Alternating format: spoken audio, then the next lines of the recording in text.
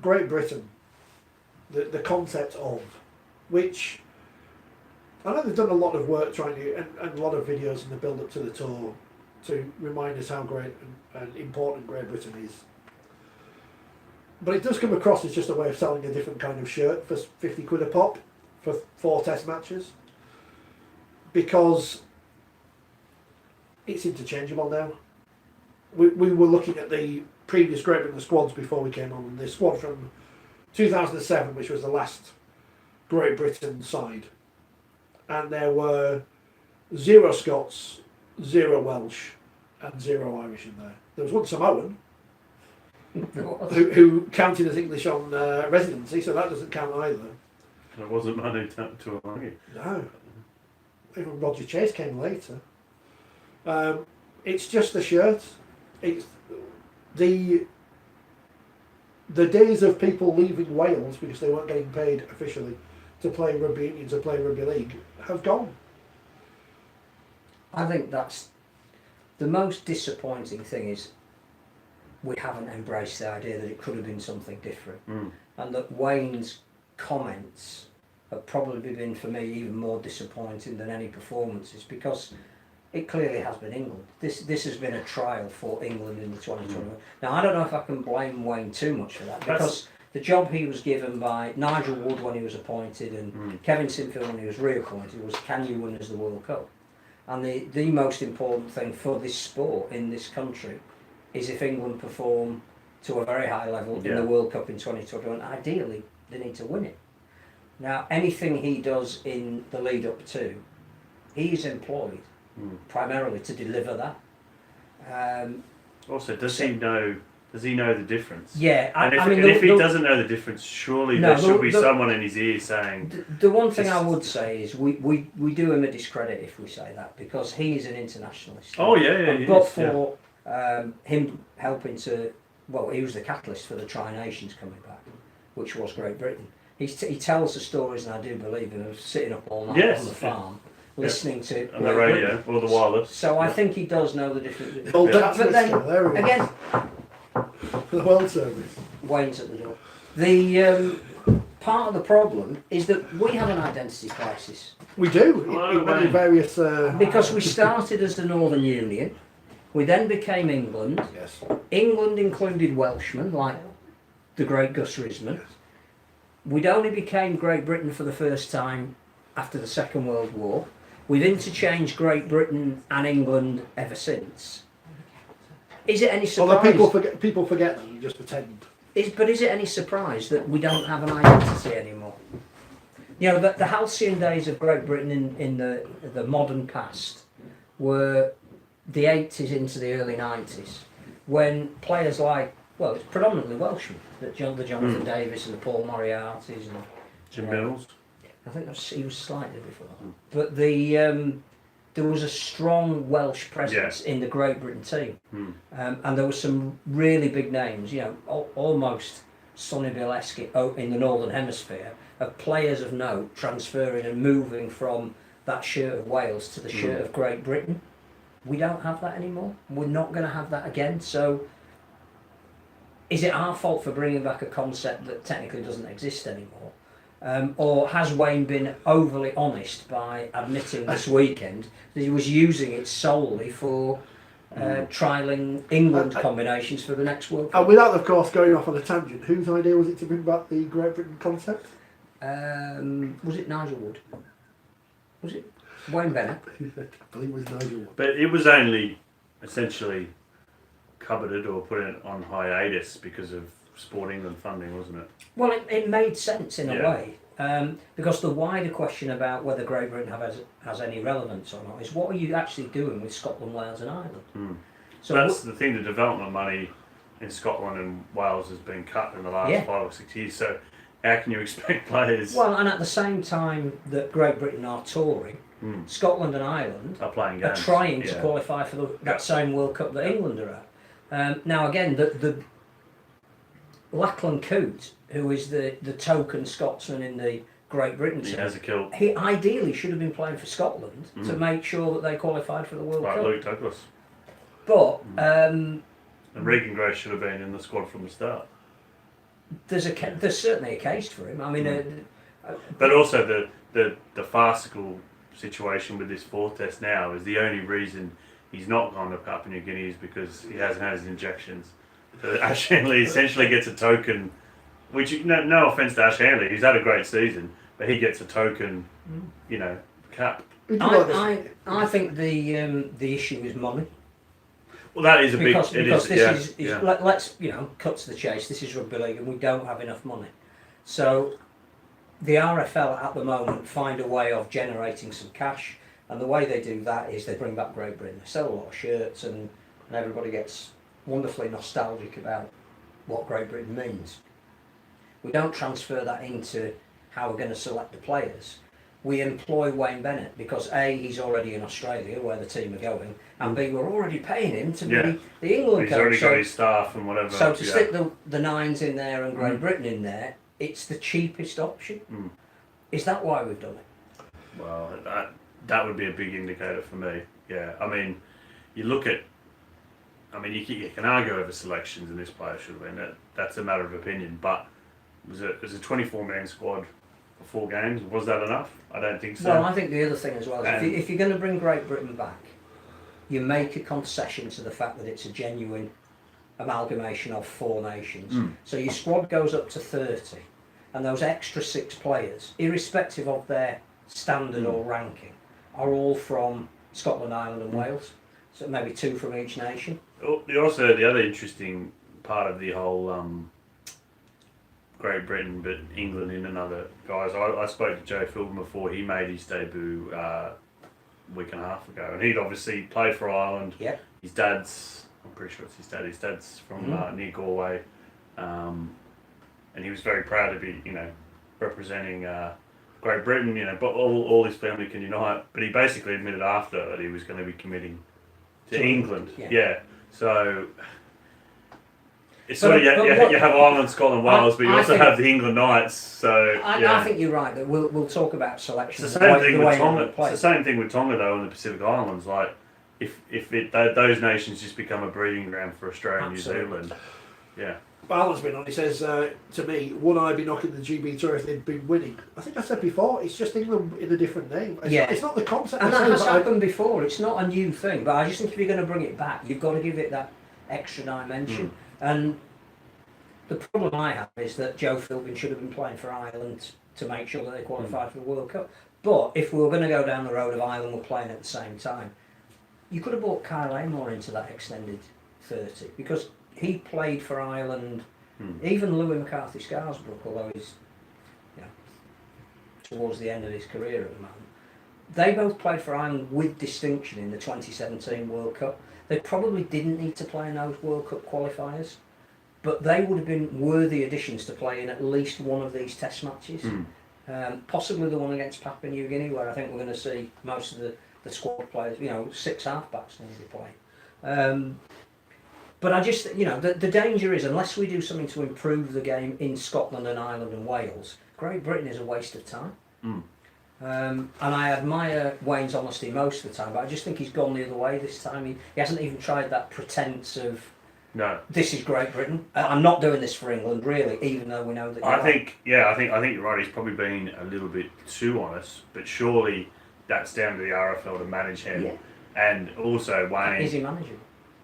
Well, that's a separate issue, though. If you hire him, absolutely. You know what you've got. You either set the mandate and say you got to do this. It's the same with the media. I mean, I think he did captain's run and post match. He did pretty much no media. I think Julie Stott spoke to him before the game, and that was more, from what she told me, more by chance than. Do you know what I mean? Yeah. So, I think, as we know, rugby league in the UK, the coach has really got to be out there sort of selling it as well as coaching, and Wayne won't do that. No.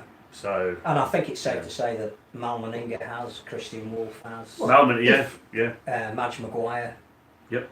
There is a clear revival in New Zealand Rugby League at the moment. He's been at the forefront of telling people what it is he's trying to do and take the odd knockback, but we're going to have a new ethos around the team. Obviously, the Kangaroos get criticised a lot, and a lot of it's valid from this part of the world, but they do go out to PNG every year. They go to Fiji. They are actually building the game, and that was the key point that Mal Meningo, because I asked him at the before the Impact game, are you disappointed you're not playing the Lions? Because obviously that was I didn't say you're running scared, but because I would have been running scared of Mal. But no, he basically just went, no, we're focusing on the Pacific and blah blah blah. And to be honest, I mean that kind of strategy is paying off. Yeah. But the other issue is, and I remember John Keir said this at the World Cup 2 years ago, because Wales they got 50, beaten by 50 or whatever. The gap now between Scotland, Ireland, Wales, France, and which we saw get smashed by Australia A, as they're now being called. Yeah, they are, seriously, that's what the Junior Kangaroos are now, Australia A. It's getting worse. Yeah. So, but that's partly because whilst we laud the fixtures coming out, we're still playing too many games. We have no international windows. Well, and also the NRL is getting more money and getting stronger because a lot of those Fijians, Samoans, etc., all playing the NRL. That sort of moves the debate to how bad have Great Britain or Great England been. I mean, bearing in mind that before we talk about perhaps their individual performances, a lot of the nations like Fiji, PNG, Samoa, Tonga are improving. New Zealand 10 years ago, because so many of their players now qualify to play in the week in, week out, high intensity of the NRL. And obviously to have a Hunters team in the Queensland competition, now we're going to have a Fiji team in the Ronamasi competition. I think 2 NRL teams are starting their pre-season in Fiji, playing a friendly. If you don't have a Fijian one of these days, you're not doing it right. But it works for both parties. It does. They're uncovering the Micah Sivos, who cheap talent. Yeah. But also it's raising the standard of the Southern Hemisphere. Surely that's point number one on the agenda. And it's also encouraging kids in Fiji. I can be Sivu, I can be Semi-Rad Radha. Could we not do the same in Ireland and Scotland and Wales if we actually had a development plan and or divergence? Just imagine if we had an extra £200,000 lying around, we could have spent on development officers. And that's again, it goes back to money, and you can't fund everything, but theoretically, what's the money being spent? Well, you would say that £200,000 earmarked to keep Odsal mothballed, as opposed to £200,000 to start a development in Ireland, is not a proper use of limited resource. Ralph Rimmer's been down in Australia for a month on a scooter. I saw that. So did he need to be there? I know they had the International Congress in Sydney. He didn't need to be videoed on the scooter. That's Steve Mascott for you. But yeah, I mean, you have to sort of wonder what money's being spent, and why is every game of rugby league on the Our League app being broadcast when no one's watching it? Don't sorry, because I'm getting in trouble again. I was 2 pub teams, covering the Ireland game at the weekend against Italy in the rain in Santry. I openly admit I was not there. I was doing it off the live stream. Right, so it was a bit better than the game in Spain the week before, which was there was not some great. Issues. Which although one again, of the players told me. I think it's safe to say that the players who complained that day with every justification were expecting there, and reality is somewhere down there. And that did need managing and wasn't particularly well managed on either side. But I think that was smoothed over pretty much, and there was a degree of understanding, I think, from the Irish, particularly Stuart Littler, who was brilliant in saying he thought that the Spanish were coming on leaps and bounds. So, yes, there were clearly some issues, and that needs looking at. But there were a couple of Irish players from the domestic league, one of whom has now signed for Huddersfield, Ronan Michael. He's been there a while, hasn't he? But he's now gone full time. Oh, he's gone full time, so he's gone from the academy. Contract. That's great. But he originally started playing his rugby league in the domestic competition in Ireland. Now, you only need to find, each club only needs to find a Fijian winger or equivalent thereof, an Irish second rower, and it's more than paid for itself. And I think that, again, Stuart Littler, who is brilliant talking up domestic rugby league and saying what he wants to do to help them now that they've qualified for the World Cup, he's saying that there is talent there. And not only is there talent playing domestic Irish rugby league with very limited resources, but he's seen players playing Gaelic football and Irish rugby union who could transfer to rugby league if the pathway was Coventry there. Bears have done Well, they've done quite a bit. good old haven't Alan, who used they? to, an ex-Irish But international. they seem to, they've brought quite a few But as a over. sport in the Northern Hemisphere, perhaps part funded by International Rugby League grants, do we not? I think Great that comes Britain will only into. mean something when we've got a stronger constituent part. I think you need to have a pathway. So whether it's a Dublin professional club, whether it plays in League One or the Championship, and then you've got you're a 10-year-old Irish kid and you play rugby union, and you're like, oh, hang on, this team comes up, and I can actually. There is a pathway for me. And I think stick with this. again, if you're serious about your international game, then you look at somebody like Michael McAlory, who played brilliantly for Ireland in the last World Cup, and you give him the incentive of playing for Great Britain every fourth year. So, Kyle Amor might want to play for Ireland a bit more if there's the prospect of touring with Great Britain in 2023. Maybe not 2023 for him, but Oliver Roberts is going to get swallowed up by England at some stage, isn't he, if he maintains his level of pro. But he needs to be told, stick with Ireland. Here are the Irish fixtures. You've got a mid-season fixture against England Knights. It'll be branded as England, but it might be the Australian. Same situation with Tonga. Now that they're playing and New you're Zealand, playing mid-season. New Zealand and Australia every year. And you're playing Dublin. It'd be a great experience for the England team, but you want to be playing against John Bateman because it might be the two of you playing for Great Britain in 3 years' time. You've got to have regular, top-class fixtures, not absolutely. And yet we Spain haven't got an and, international gap again in the Super League season. Although I gather the RFL are asking for it, even though the fixtures are out. As if Wayne Bennett doesn't speak to the media, does his team manager take those positions or opportunities? No one's speaking to you. No. In terms of the media, I mean, Phil I know Daly did a fantastic. He did a fantastic. I mean, there was only probably myself, Julie Stott, and Steve Mascord, and Dave Woods to look after. It was very. But no, I mean, obviously there's others, the Kiwi media and some Australian. But no, he did a fantastic job. But yeah, I mean, obviously Wayne marches to the beat of his own drum, and I think finance comes into it. Still does, yeah. But yeah, I mean it's a separate issue, and yeah, I mean, people saying about sacked. You can't really sack him if his contract's up. You just don't renew his. So contract. on Sunday, he shakes the hands of his team, saying thank you very much. Ralph's there, and Ralph won't be anywhere near him. Whoever Ralph's representative is in Papua New Guinea on a scooter. Can you imagine if the head of the FA was on a scooter? It's had a shave now and everything. So Great Britain, keep doing it. It is purely accidental. Great England. So when Great Britain, the Great Britain Rugby League Lions, to give them their full title, beat Papua New Guinea in front of if. So when Great Britain lose to Papua New Guinea on Saturday morning, happened in 1990, didn't it? Having seen the women win, and can we get Emily Rudgeon for the men's team? Can we get her in there? She can score all the tries. When they lose, then Great Britain. What's Ralph for? What are we going to do? Because we barely won the World Cup. They're going to say, I'm terribly sorry, you can't be coach of Great Britain anymore, but do carry on with it. Isn't this part of the problem, by the way? We've just come off a year where we've played New Zealand 4 times, 3 at home, and then we're expecting people to get up at 3 in the morning to watch them play against them twice.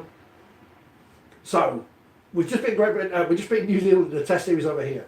We nearly won the World Cup, were it not for your man falling over. Is Wayne Bennett as bad as people are making out to be this weekend, or is, as the series in Australia with some people, because I was on the Ferg on the Freak podcast last week and they said this, and I think Mark used a different phrase on Twitter on Saturday. People forget, I know this is a long tortuous way to get to the question, people forget, it happens in football all the time, that people aren't as good as they always were. Brian Clough, we've all seen his decline in his last interview with John Watson. No, it's Barry Davies, isn't it? And it's a great interview. But there you can see a man who knew his time was up, and it was up before he went. Is it time to say, Wayne Bennett, you are a great coach, you have been a great coach, but perhaps now, for England, because we're talking about England now, you're not the man for the job. Even though you are one of the greatest coaches of ever, now is the time we say goodbye, save a few quid. I'll let you go first because you've seen him in action. Well, I think Whereas there's I'm going on. yeah. I think there's two issues. If they don't give him another contract, obviously there's 3 games against the Kangaroos and then a World Cup. So is that enough? Is that enough The time? maximum number of games he would get Probably 4. would be 5. Yeah, 5. Because if they fit in a mid-season And they international play one before the World and Cup. they play a warm-up game, so It's the not a lot. maximum is 5. If you bring in Sean Wayne or you No, bring in a you- completely new coach, And I think new that's stuff, the perfect way to look at it. yeah. That I mean, he- that's a legitimate. That's That a he has legitimate thing. built up, whatever he's built up, Mm. it hasn't been destroyed in these 3 games. It's a different team. It is. I know we can say it isn't, and it isn't a different team. But essentially, it is a different team because he's not going to have Lachlan Coote, next year. But he's been building from 2016 when he came in. Yeah. Very nearly won a World Cup in 2017. To being given the job of winning a World Cup in 2021. He's so far down that road. Do you stop it now? I don't personally. I don't think you do. But now we're going to sell no tickets for the test series because everyone hates Wayne Bennett now. But it also raises the We question. need to make the money. Isn't that how you sell tickets? You're a wrestling guy, Rich. Isn't that how you get a heel? He well- could be the heel. He could be. Yeah. But we're asking probably people to pay for something. We'll give We away need- for £5. We're going to get KSI off the boat. Get KSI in as the coach. Oh, You think don't Logan start me Paul... on bloody YouTubers. I have no idea what The you world's young gone. kids The are world's talking gone about. over the Well, I was toilet. going to rant about it last week, and then I realised that the people who actually paid my wages were sponsoring the fights. I thought it'd be a good Yeah. idea not to. Sometimes I have good Compromise. First Compromise. question, if Wayne wasn't going to be there. And I think in terms of continuity, and you talk to the players more than I do, The players love there is a real bond there. Yeah, they play for him. They understand what he wants. Yeah. And he's getting them to do something that they can't do on a week-to-week basis here because the level of intensity at international level is higher than they're used to playing. So there is some logic and merit to keeping him in play. If you didn't have him, first question is, who would you have? Well, yeah. For me, there's not really many. That's the thing. There's not many candidates. Well, I mean, you could say Sean Wayne. Sean Wayne's Is reputation he- has been massively enhanced by not having the job. Yes. He's Rich's Graham Onions in this case. My only analogy I have. That's the only one I have. But what I would say with Sean Wayne is one of the reasons he was released from Wigan, and we know some of the politics behind the actual mechanics, was because they were playing a brand of rugby that the board decided they needed to change. It was successful, which is one thing, but Wayne Bennett has been criticised for playing boring rugby. What did Sean Wayne's Wigan play? And they talk about style, surely results at international level because you only play. And he has no experience of playing. If you win a in World that Cup playing international boring rugby, you still win a World Cup. Yeah. But it's very hard to criticise one method of coaching for Yes. being Yeah. stereotypical and then bring in another coach who is so structure based. Also, Sean Wayne's sort of, not philosophy, but his methods is very much a week in, week out, Yeah. build that bond, get So again- players to run through brick walls. Does he have that impact Well, when you've only got the players for 3 games. 3 weeks? Well, you've only Yeah. got 3 games Yeah. to put it into practice. Yeah. So Sean Wayne, I'd say jury out. I mean, he's been out the game, for 8 months? And there hasn't been a clamour from either clubs or countries to bring him in at the moment. I'm sure an opportunity will arise where he will come back into the sport. Darryl Powell? I think he's a very good coach, but he's only won a League Leaders' Shield. So, in terms of records, And that's important at international. well, it is. Yeah, yeah. You've got to be able to win things, consistently. I think that pretty much all the top coaches at the international level have done that. Ian Watson? I don't Well, think I he's think ready. I think Perhaps he's. being groomed as an assistant on this tour under Yeah. Wayne. I think in the future, Yeah. but not now. I mean, you could say maybe Brian McDermott. I mean, he's a lot of success. Whether he would be interested, I don't That'd know. help with media relations. Yeah, everyone's right. Adam Cuthbertson, he's one of those. No, he's wrong nationality. No, he's English. He's from Warrington, isn't he? Family Warrington. Would you go from Wayne Bennett, the overseas coach, to anybody else, the overseas coach? The Steve McLaren appointment. No, Sven you and Well, Fabio that's Capello, you're foreign, we don't like you. Get Steve McLaren in. Some He's of the English. tweets on Saturday were basically, it's because he's Farage, Australian anyway, and you need passion, which I find quite funny. That Passion is the most is- overrated thing in sport. And well, we, professional sport, yeah. The English are the worst for it because we think, well, you got to have passion, you got to have man shouting on the touchline. Yeah. It's Stuart Pearce scoring that penalty against Spain. It's Eddie all that Jones. kind of crap. I know England didn't win the final, but Eddie Jones did fairly well. You know. Well, give Eddie Jones a job. Yeah, I mean, Trevor Bayliss won the World Cup. Yeah. He's not English coach. Passion. But what we're saying is at this stage to relieve Wayne of his England duty, where he spent so much time building up England to be ready for a World Cup, and he'll have some players that clearly have been injured for this tour back again. You look at the players who are out at the moment, which I think it's been forgotten quite good, particularly when you put Sam Burgess and Sean O'Loughlin, who've been pillars of that team for over a decade, and Tommy Makinson, the Golden Boot winner, and James Roby, one of the best players in Super League. Who's proven at international level. Yeah, and I think it's also shown up a real lack of depth in certain positions, particularly centres. Well, that raises now the And that's been the debate case for how long? Like 20 years? These games. Have we grossly overreacted to these performances? The first thing is, Somewhat. have we underestimated the teams that they played? Yes, I think so. Because definitely. first of all, we've had to go to the other side of the world where our record is not great. We don't have a list of test matches against New Zealand that we tend to win on New Zealand soil. We more often than not lose.